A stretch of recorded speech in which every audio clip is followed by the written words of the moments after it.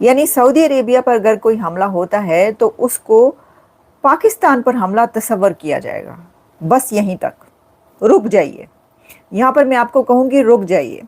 इसकी वजह यह है कि अगर आप ये समझ रहे हैं कि इसका मतलब ये है कि अगर पाकिस्तान पर हमला होता है तो उसको भी कंसिडर किया जाएगा कि वो सऊदी अरेबिया पर हमला है, ये ज़रा मुश्किल बात है। इंडिया भी इसी तरीके से इसराइल के साथ डिफेंस एग्रीमेंट कर लेता है कि भाई इंडिया पर हमला इसराइल पर हमला समझा जाएगा और इसराइल पर हमला इंडिया पर हमला समझा जाएगा। तो फिर अरब कंट्रीज के लिए, इस्लामिक कंट्रीज के लिए क्या कोई इशू बन सकता है मुस्लिम दुनिया को? तो वो कहते हैं बस ठीक है, ये पाकिस्तान के साथ है। इंडियंस कहते हैं कि the Saudis should look Pakistan from a जिहादी ऑर्गेनाइजेशन लेंस, कि वहां पे तो जिहादी हैं। जी मसला इस वक्त इतने ये परेशान हैं, इतने इनको पता है कि दुनिया ने हमारा बाइकाट कर दिया है। दुनिया does not want to see us anymore. उसके ऊपर जो इसराइल कह लें कि अटैक करता हुआ दिखाई देता है, तो अचानक जब कतर पर अटैक हुआ, जब उसके कैपिटल दोहा पर हुआ है, तो सारे मुस्लिम मालिक होश में आ गए। सऊदी अरेबिया ने पाकिस्तान के साथ एग्रीमेंट किया है, तो क्या पाकिस्तान का वो साथ दे पाएगा? मतलब सऊदी अरेबिया की कौन सी ऐसी फोर्स है, सऊदी अरेबिया के पास कौन सी ऐसी टेक्नोलॉजी है कि अगर इंडिया पाकिस्तान पर हमला करता है तो उस टेक्नोलॉजी का इस्तेमाल किया जाएगा? सऊदी अरेबिया अपनी फोर्स भेज देगा? सऊदी अरेबिया के पास क्या इतनी वेल ट्रेन्ड फोर्स है कि वो किसी दूसरे कंट्री का, पाकिस्तान का साथ देने के लिए पाकिस्तान के साथ खड़े हो? नहीं। इंडिया और पाकिस्तान का क्योंकि कन्फ्लिक्ट चल रहा है, इंडिया ने ओपनली कई बार ये बोला है कि हम दोबारा से अटैक करेंगे अगर हमें ऐसा लगा कि हमारी पाकिस्तान की सरजमीन इंडिया के अगेंस्ट यूज हो रही है, तो हम दोबारा से अटैक करेंगे। तो क्या सऊदी अरेबिया इंडिया से अपने रिलेशन खराब करेगा? क्या सऊदी अरेबिया ऐसा कोई रिस्क लेगा कि पाकिस्तान का साथ दे और इंडिया के अगेंस्ट खड़ा हो? मतलब आम पाकिस्तानी को नहीं पता कि भाई सऊदीया के साथ अगर ये एग्रीमेंट हो गया तो क्या होगा, अगर यूएसए के साथ रिलेशन बेहतर हो गए तो क्या होगा, अगर चाइना हमारा दोस्त है तो क्या फायदा है, अगर रशिया से ट्रेड हो रही है तो क्या फायदा है। आम पाकिस्तानी तो ये देखेगा ना कि क्या उसे 2 वक्त की रोटी मिलेगी, क्या पाकिस्तान में बेरोजगारी खत्म होगी, क्या अगर सऊदीया और पाकिस्तान की ये एग्रीमेंट हुआ है या मुख्तलिफ प्रोजेक्ट्स के ऊपर बात हुई है, तो क्या पाकिस्तान में आके सऊदी अरेबिया मजीद इन्वेस्टमेंट करेगा, या फिर सऊदी अरेबिया पाकिस्तानियों को अपने लिए, अपने कंट्री में आने के लिए वीजास प्रोवाइड करेगा? शायद कुछ लोगों को मेरी बात कड़वी लगे, लेकिन आप ये देखें इंडिया इकोनॉमी के हवाले से स्ट्रांग है। आप ये देखें इंडिया की अगर हम मिलिट्री की बात करें तो वो काफी हद तक स्ट्रांग है। अगर इसके अलावा टेक्नोलॉजी की बात करें तो वो इसराइल के पास मौजूद है। तो as compare to India and Israel, Pakistan and Saudi Arabia, हमें मुकाबला थोड़ा अजीब नजर आ रहा है। और सऊदी अरेबिया क्योंकि बहुत बढ़िया कर्जा देता है पाकिस्तान को, बहुत ज़्यादा पैसा पाकिस्तान को अक्सर बेशतर देता रहता है, इसलिए उसका हक बनता है कि वो किसी भी मामले में पाकिस्तान से मदद ले सके या उसको कह सके कि आ जाओ और हमारा साथ दो। और पाकिस्तान को जाना पड़ेगा और पाकिस्तान खुशी खुशी जाएगा, क्योंकि सऊदी अरेबिया विदाउट मनी ऐसा नहीं कहेगा और ना ही कभी उसने कहा है। उसके लिए पाकिस्तान को वो मिलेगा जो कि पाकिस्तान को चाहिए। एक IMF के पास जो कंट्री होता है उसको जो चाहिए वो उसको मिलेगा, यानी पैसा। तो ये जो है ना, ये दो तरफा ट्रैफिक नहीं है। यानी दो तरफा ट्रैफिक ये नहीं है कि अगर पाकिस्तान पे हमला होगा तो वो सऊदी अरेबिया पे तस्वुर किया जाएगा। अच्छा चले हम इसको अगर इस एक सिनेरियो में भी लेते हैं कि पाकिस्तान पर हमला होता है, जैसे कि इंडिया ने पाकिस्तान पर हमला किया, तो सऊदी अरेबिया इसमें क्या करेगा? आप मुझे ज़रा बताइएगा कि इसके अंदर सऊदी अरेबिया क्या करेगा। सऊदी अरेबिया इंडिया से अपनी सारी ट्रेड, अपने सारे बिलियंस ऑफ डॉलर्स के जो एग्रीमेंट्स है वो ख़त्म करके पाकिस्तान के साथ खड़ा होकर इंडिया पर हमला कर देगा। पाकिस्तान के साथ मिलकर इंडिया पर हमला करेगा, पाकिस्तान के साथ मिलकर इंडिया के ख़िलाफ़ लड़ेगा।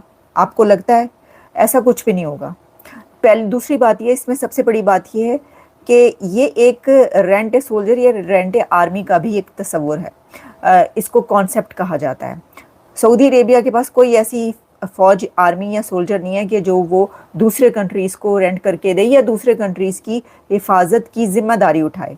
ये जिम्मेदारी पाकिस्तान उठाया करता है। क्यों? इसकी वजह ये कि पाकिस्तान के पास एक तो ये कि न्यूक्लियर आर्म्स हैं, जो ऐसे मुस्लिम कंट्रीज, एक मुस्लिम दुनिया में एक ऐसा कंट्री के जिसकी जो न्यूक्लियर आर्म्ड कंट्री है, वो इस बिना पर यही वजह है कि हम देखते हैं कि अगर देखें ना, अगर पाकिस्तान के पास न्यूक्लियर आर्म ना होता पाकिस्तान, तो क्या सऊदी अरेबिया, जो आप तस्वीरें देख रहे हैं, थंबनेल पर भी पिक्चर्स देख रहे हैं, तो क्या ऐसे किसी कंट्री के प्राइम मिनिस्टर को इतनी ज़रूरत या इतना ज़्यादा लेवरेज होती कि वो मोहम्मद बिन सलमान या MBS के साथ खड़े होकर जफ्फियाँ डालकर जो है तस्वीरें बनवाए? नहीं होती ना। तो एक तो बड़ी खसूसियत ये कि न्यूक्लियर आर्म्ड है, और दूसरा ये कि सऊदी अरेबिया का फ्रेंड है, दोस्त है।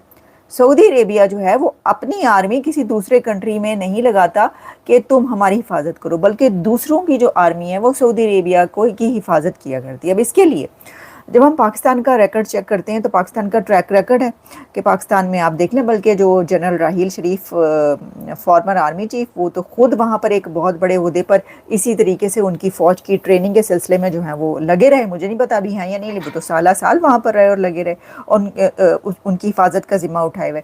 इसी तरीके से और भी बहुत सारे मौके पर हूतीस के जो हमले होते हैं, इसमें एक बड़ा जो एलिमेंट है ना वो ये है कि जो हूतीस के हमले होते हैं उसके खिलाफ पाकिस्तान को अब सऊदी अरेबिया को प्रोटेक्ट करना होगा।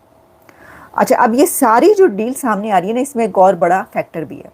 कुछ तो फैक्टर्स मैंने आपको बता दिए, दिस इज़ नथिंग न्यू। अगर आप ये सोच रहे no, Pakistan already Saudi Arabia के साथ ऐसे बहुत सारी डील्स या एग्रीमेंट्स में है जिसमें पाकिस्तान के सोल्जर्स या पाकिस्तान की जो आर्मी है वो वहाँ पर उनको हिफाजत करती है, बहुत सारी जगहों पर वो डिप्लॉयमेंट है उसकी, और सऊदी अरेबिया उन पर डिपेंड करता है, ये बात याद रखिएगा। दूसरी इसलिए मैं कह रही हूँ दिस इज़ नथिंग न्यू। लेकिन इस वक्त इतने ये परेशान हैं, इतने इनको पता है कि दुनिया ने हमारा बाइकाट कर दिया है। दुनिया does not want to see us anymore, इनको पता है।